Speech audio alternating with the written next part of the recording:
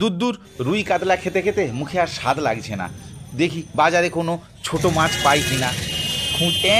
খুঁজতে খুঁজতে পেয়ে গিয়েছি ছোট ছোট বাটা মাছ। এই ছোট ছোট বাটা মাছ খেতে কিন্তু খুব সুন্দর। আজ গিন্নিকে গিয়ে বলবো এই ছোট মাছ দিয়ে তোমার হাতে সেই পুরনো রান্নাটা করো। এই শোনো না, বাজার থেকে চলে এসছো? হ্যাঁ, এটা তোমার জন্য। এটা কি আছে? বাজারে টাটকা ছোট ছোট বাটা আছে, সেই বড়ি দিয়ে আলু দিয়ে স্পেশাল রেসিপি। অনেক দিন তোমার হাতে খাইনি, আজকে করো না গো। ও, এটাতে সেই ছোট ছোট বাটা মাছ আছে? হ্যাঁ গো, ছোট ছোট বাটা মাছ। আচ্ছা ঠিক আছে, বড়ি দিয়ে এই বাটা মাছ দিয়ে একটা সুন্দর রেসিপি বানাবো। চলুন বন্ধুরা, শুরু করা যাক। দেখছেন তো, ছোট ছোট বাটা মাছ এনে আমাকে ধরিয়ে দিল, ছাড়াতে হবে এখন। যাই হোক, কিন্তু মাছগুলো খুব সুন্দর, দেখুন কতটা সতেজ, একদম রূপোয় যেন ঝলমল করছে। খুব ভালো লেগেছে মাছগুলো আমার, বেশ ফ্রেশ, একদম পুকুরের টাটকা ছোট বাটা। পটাপট এবার এগুলোকে ছাড়িয়ে ফেলি। মাছের প্রথমে আমি একটু ছাই নিয়েছি, নাহলে না হাত হরকায়। এগুলো তো পুকুরের মাছ না, একটু হরহর করে, তো ভালো করে একটু আঁশগুলোকে ছাড়িয়ে নিতে হবে। ভালোভাবে আঁশ না ছাড়িয়ে নিলে না গায়ে অনেক ছোট ছোট আঁশ লেগে থাকে। দেখুন এপিড ওপিড করে না আমি সুন্দর করে আঁশগুলোকে ছাড়িয়ে নেব। এইভাবে আমি সমস্ত মাছের আঁশগুলোকে ভালোভাবে ছাড়িয়ে নিই। দেখুন মাছগুলোকে এইভাবে ঘষে ঘষে কিন্তু ভালো করে আঁশগুলো তুলে নেবেন। যদি বাড়িতে ছাড়ান তো ভালোভাবে এইভাবে আঁশগুলোকে তুলে নেবেন আগে। এবার আমি কানকোগুলোকে হাত দিয়ে কেটে নিচ্ছি। এত নরম না, হাত দিয়ে কাটা হয়ে যাচ্ছে। দেখছেন কানকোগুলো কি সুন্দর লাল না? দেখুন আমার সব মাছগুলো কাটা হয়ে গেছে। তাড়াতাড়ি রান্না বসাতে হবে, অনেক দেরি হয়ে গেল মাছ কাটতে গিয়ে। চলুন আগে পটপট করে মাছগুলোকে এবার ধুয়ে নিই। দেখুন মাছগুলোকে ধুয়ে নিচ্ছি। জল লাগার পর মাছের গায়ে রুপোলি রঙটা যেন আরও খুলেছে না, কি সুন্দর দেখাচ্ছে। দেখুন আলোতে ঝলমল করছে। এবার এতে দিয়ে দিচ্ছি পরিমাণ মতো নুন আর প্রয়োজন মতো হলুদ গুঁড়ো দিয়ে মাছটাকে ভালো করে গায়ে হলুদ করে দিই। মাছের ভালো করে গায়ে হলুদটাও তো দরকার না, নুন হলুদটা মিশলে তবেই তো মাছটার স্বাদ বাড়বে না। দেখুন মাছটায় ভালো করে আমার নুন হলুদ মাখানো হয়ে গেছে। এবার আমি আলুর টুকরো নিয়েছি। এখানে আমি লম্বা টুকরো করে আলুগুলোকে কেটে নিয়েছি সুন্দর করে।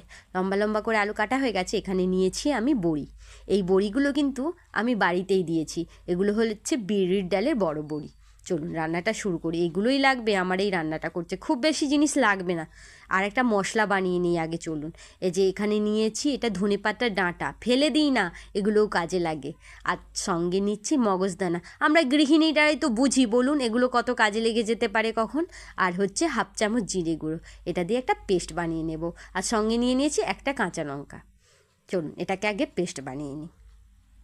তারপরে ওদিকে রান্না বসাতে হবে। কড়াইতে তেল গরম করতে আগে ভাগে বসিয়ে দিই, অনেক বেলা হয়ে গেল জানেন। এবার বড়িগুলোকে আগে ভেজে নিই। বড়িগুলো তেলে ভাজলে না বড়ির স্বাদটা না অনেক বেড়ে যায়। কম তেলে কি আর বড়ি ভাজা যায় বলুন? বড়িগুলো দেখো লাল করে ভেজে নিয়েছি। এবার চলুন ওই তেলেই মাছ ভেজে নিই। আর তেল ঢালতে হবে না আলাদা করে, ওই তেলেই সব রান্নাটা আমার হয়েই যাবে। দেখুন মাছগুলো ভেজে নেব। আর ছোটো মাছ না একটু বেশি তেলেই ভাজতে হয়, না হলে ওই চিটে যেতে পারে, কড়াই লেগে যাবে, মাছগুলো উঠতে চাইবে না। আর একসঙ্গে অনেক মাছ দিয়ে দেবেন না, অল্প করে মাছ দেবেন, দেখবে খুব সুন্দর ভাজা হয় আর চিটেও যায় না। এই দেখুন আমি সুন্দর করে উল্টে নিচ্ছি, আমার মাছ কিন্তু একটুকু চিটে যায়নি। এইভাবে সব মাছগুলোকে সুন্দর করে ভেজে নেব। সময় লাগে, বললাম না ছোটো মাছ রান্না করতে একটু সময় লাগে, কিন্তু খেতে অসাধারণ লাগে। দেখুন মাছগুলো ভেজে নিয়েছি, খুব শক্ত করে ভাজিনি, কিন্তু ওই মিডিয়াম করে ভেজে নিয়েছি, একটু লালচে লালচে করে। খুব কড়া করে ভাজবো না, তাহলে ঝোলে মাছটা ভালো লাগবে না খেতে। ওই তেলেই এবার আলুগুলোকেও ভেজে নেব। বললাম না আলাদা করে আর তেল ঢালবো না, ওই তেলেই আমার সুন্দর করে রান্না কিন্তু হয়েই যাবে। এবার আলুগুলোকেও আমি লাল লাল করে ভেজে নেব। এইবার আলুতে একটু নুন দিয়ে দিই, তাহলে আলুতে এই সময় নুন ঢুকে যাবে আর ঝোলটা তখন খেতেও ভালো লাগবে। এবার এক কাজ করি, আলুটা নাড়ার জন্য একটু ঢাকা দিয়ে দিই। ঢাকা দিয়ে দিলে না আলুটা ভালো করে একটু সেদ্ধও হয়ে যাবে। চলুন একটা ঢাকা দিয়ে দিই। ঢাকা দিয়ে মশলাটা করে নিয়ে আসি। আমি মশলা করতে চললুম। দেখি আমার আলুটা মনে হয় সেদ্ধ হয়েই গেছে। হ্যাঁ দেখুন লাল লাল করে আমার কিন্তু আলুটা অনেকটাই ভাজা হয়ে গেছে। আমার আলুটা সুন্দর করে ভাজা হয়ে গেছে। এবার আমি আলুটাকে আস্তে আস্তে তুলে নিই। চলুন আলুটা আমার তোলা হয়ে গেছে। এবার আলুটাকে তুলে নেওয়ার পর ওই দেখুন কতটা আমার তেল রয়ে গেছে, ওই তেলেই কালো জিরে ফোড়নে দিয়ে দিয়েছি। এবার দিয়ে দেবো পেঁয়াজ কুচি। আপনারা আমাদের রান্নার অনুযায়ী চোখের সাইজ মতো কিন্তু পেঁয়াজ কুচি করে রান্নায় ব্যবহার করে নেবেন। এবার পেঁয়াজটাকে ভালো করে ভাজবো যতক্ষণ না পেঁয়াজ একটু লালচে কালার হয়ে আসে। পেঁয়াজটা দেখুন লালচে কালার হয়ে এসছে। এবার এতে একটা মশলা দিয়ে দিই, এটা হচ্ছে আদা বাটা। আমি এখানে কিছুটা আদা বেটে রেখেছিলাম, এই আদা বাটাটা মশলার সঙ্গে কষিয়ে নেব। ততক্ষণ কষিয়ে নেবেন যতক্ষণ না আদার কাঁচা গন্ধটা চলে যায়। আদাটা ভাজা ভাজা হয়ে গেছে, তেলও চেড়ে এসছে। এবার এতে দিয়ে দেবো কয়েক গোটা রসুন।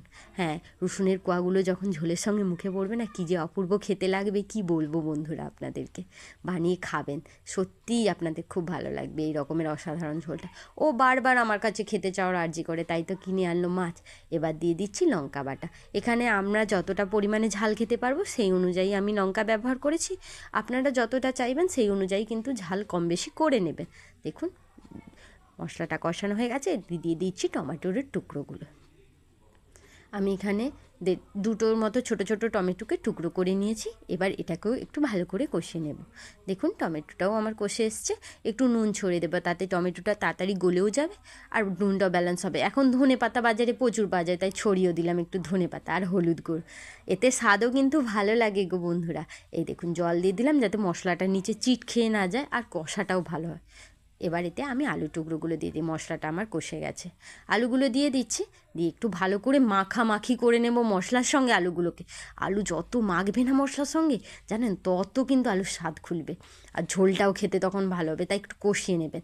আর তারপর ওই বেটে রাখা পেস্টটা এখন দিয়ে দিচ্ছি আর একটু জল দিয়ে দিচ্ছি। এটাকে তেলে আলাদা করে কষানোর কিন্তু প্রয়োজন পড়ে না, এর সঙ্গেই সুন্দর করে ওটা মাখিয়ে নেওয়া যায়। এই রান্নাটা না আমি আমার মায়ের কাছ থেকে শিখেছি, খুব সুন্দর লাগে এই রান্নাটা, ও তো খুব খেতে পছন্দ করে। তো আপনারা এখন অপেক্ষা করে আছেন কেন? আমি কিন্তু খুব রাগ করছি, সাবস্ক্রাইব করেননি কিন্তু আপনারা এখনও। ঝোলটায় জল ঢেলে দিলাম, ঝোলটা তো হতে দেবো না, জলটা দিয়ে দিয়েছি, বক বক করতে করতে জলও দিয়ে দিলাম। এবার চাপা দিয়ে দেব, ঝোলটা ফুটুক ভালো করে। তো যেটা বলছিলাম, তাড়াতাড়ি সাবস্ক্রাইব করুন। দেখুন ঝোলটা আমার সুন্দর করে ফুটে গেছে না, টকবক টকবক করছে। এইবার এই টকবকানিটার মধ্যে কিছু দিতে হবে। হ্যাঁ হ্যাঁ দিচ্ছি মাছগুলো। এরা এতক্ষণ জলে সাঁতার কেটে এসেছিলো, এবার এদেরকে একটু মশলার জলে সাঁতার কাটাই, তবে তো এগুলো স্বাদ আরও দ্বিগুণ হবে। হ্যাঁ, মাছগুলো কিন্তু যখন আলুটা অনেকটাই সেদ্ধ হয়ে আসবে তখন মাছগুলো দিয়ে দেবেন, কারণ মাছগুলোও একটু সেদ্ধ হতে হবে, তাহলে কিন্তু মাছটা সুন্দর খেতে হবে। এই দেখুন আমার মাছগুলো দিয়ে আলুটা সেদ্ধ করা হয়ে গেছে আর মাছও আমার কুকড হয়ে গেছে। এইবার এই সময় আমি একটু নাড়িয়ে নিচ্ছি এটাকে। এবার এতে দিয়ে দেব আমি ভেজে রাখা বড়ির টুকরোগুলো। বড়িটা আমি শেষে দিচ্ছি, কারণ এটা আমার বাড়িতে বানানো বড়ি, বেশি সেদ্ধ হতে সময় লাগে না। বাজারের বড়ি হলে মাছের সঙ্গেই দিয়ে দেবেন। আর আবারও দিয়ে দিচ্ছি ধনে পাতা। ধনে পাতা আমি কিন্তু শীতকালে রান্নায় দিতে কম করি না কখনো। চাপা দিয়ে দিলাম, এটা আমার হয়ে গেল। দেখছেন খুব চটজলদি রান্নাটা হয়ে গেল। আরে কোথায় গেল আমার খিদে, যে পেট জ্বলে গেল, রান্না হলো। দেখছেন ওদিকে তারা পড়ে গেছে। চলুন বন্ধুরা, আপনারা দেখতে পেলেন কত সুন্দর রান্না। এবার চটপট পরিবেশন করি। দেশি রান্না কলা পাতা ছাড়া দেওয়া যায় বলুন? গরম গরম ভাত কলা পাতায় দিলে কী যে সুন্দর লাগে, তার স্বাদই যেন বেড়ে যায়। সঙ্গে দিয়ে দিলাম সুন্দর করে একটুখানি মাছের ঝোল। আমার নিজেরই খেতে বসতে ইচ্ছে করতেছে। এবার এর সঙ্গে দিয়ে দেবো একটু লেবুর টুকরো, দুটো পেঁয়াজ আর একটা কাঁচা লঙ্কা। এটা একটা গ্রাম্য সুন্দর রান্না, বানিয়ে খেয়ে দেখবেন। এই তাড়াতাড়ি খেয়ে বলো কেমন হয়েছে। আরে দাঁড়াও খেতে তো দাও, আর না খেয়ে রিভিউটা দেবো কি করে বলো তো? আমার সব থেকে স্বাদের ছোট ছোট কচি বাটা মাছ, একটু খেতে তো দাও। অনেক দিনের স্বাদ আমার পূর্ণ হচ্ছে, দাও। কি সুন্দর একটা ফ্লেভারের গন্ধ উঠছে, খেতে দাও। অপূর্ব অপূর্ব স্বাদ। সাবস্ক্রাইব করতে ভুলবেন না বন্ধুরা, নতুন নতুন ভিডিও দেখার জন্য।